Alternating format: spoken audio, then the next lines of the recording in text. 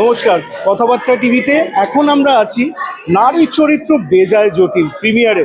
এবং সেই প্রিমিয়ারে যে আকর্ষণ, মানে আমরা কাদের সঙ্গে কথা বললাম সেটা তো আপনাদেরকে আমরা দেখাবই।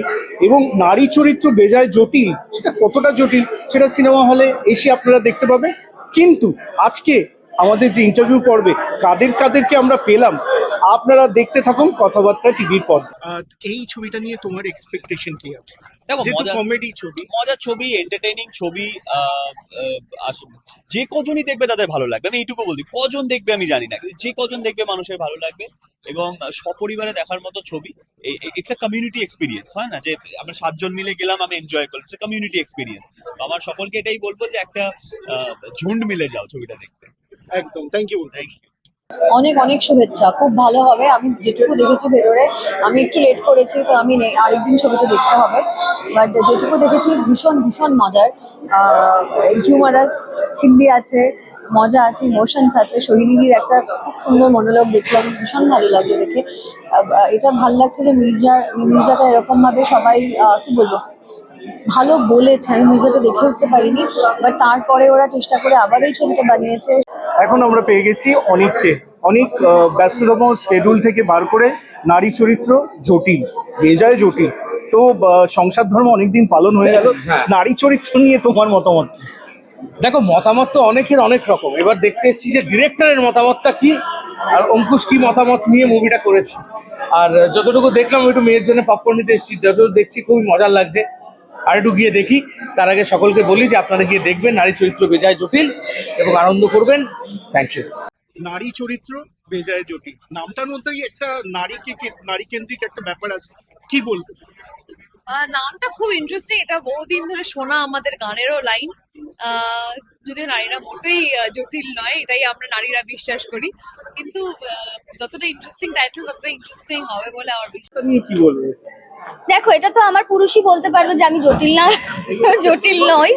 বাট ওটাই বক্তব্য যে দেখো, খুব জটিল হলে জেনারেলি থাকতে চায় না স্বামীরা বা বয়ফ্রেন্ডরা বা ছেলে যারা রয়েছে আমাদের জীবনে, বাবা থাকতে চায় না খুব একটা। তো যাই হোক, ওই সবকিছু মিলিয়ে যার যার পয়েন্ট অফ ভিউ। অঙ্কুশ আর ওয়েন্দিলাকে কি মেসেজ দেবে? অঙ্কুশ আর ওয়েন্দিলাকে মেসেজ দেবো যে তোমরা আরো ভালো ভালো কাজ করো। সুন্দর লাগে দুজনকে, দুজন ভালো করে এগিয়ে যাও। অনেক ভালো ভালো সিনেমা আমাদের দর্শকদের গিফট করো, আর অনেক ভালোবাসা। আমার তো খুবই ভালো লেগেছে। I love you so much দুজন। আমি বলবো যে জটিলতার কিছু নেই, খুব সিম্পলিসিটি ভরা একটা ছবি। অনেকদিন ধরে আমরা এরকম সিম্পল কমেডি যেটা আমরা সবাই মিলে এনজয় করতে পারি সেরকম খুঁজছিলাম। আই থিঙ্ক অঙ্কুশ ঐন্দ্রিলা সেটা ডেলিভার করতে পেরেছে। মানে ট্রেলার দেখে আমি খুব এক্সাইটেড ছিলাম। আমার সকল ইন্ডাস্ট্রিতে আমরা সবাই বলাবলি করছিলাম যে ভীষণ ভীষণ ভালো লাগছে কমেডিটা। সো আজকে গোটা ছবিটা দেখার জন্য অপেক্ষায় ছিলাম, তাই চলে এসেছি। Thank you. ভালো লাগে যখন লোকেরা, মানুষজন সিনেমা হলে এসে সিনেমা দেখেন, সিনেমা হল ভর্তি হয়, তাদের একটা ভালো একটা সিনেমা করার প্রেরণা পায়। এবং এটা বাংলা সিনেমা ইন্ডাস্ট্রির জন্য খুব ভালো বিজ্ঞাপন যে যদি এরকম প্রজাপতি টুর মতো ছবি চলে, তাহলে মানুষজন যারা সিনেমা করার কথা ভাবছেন তারা এগিয়ে আসেন।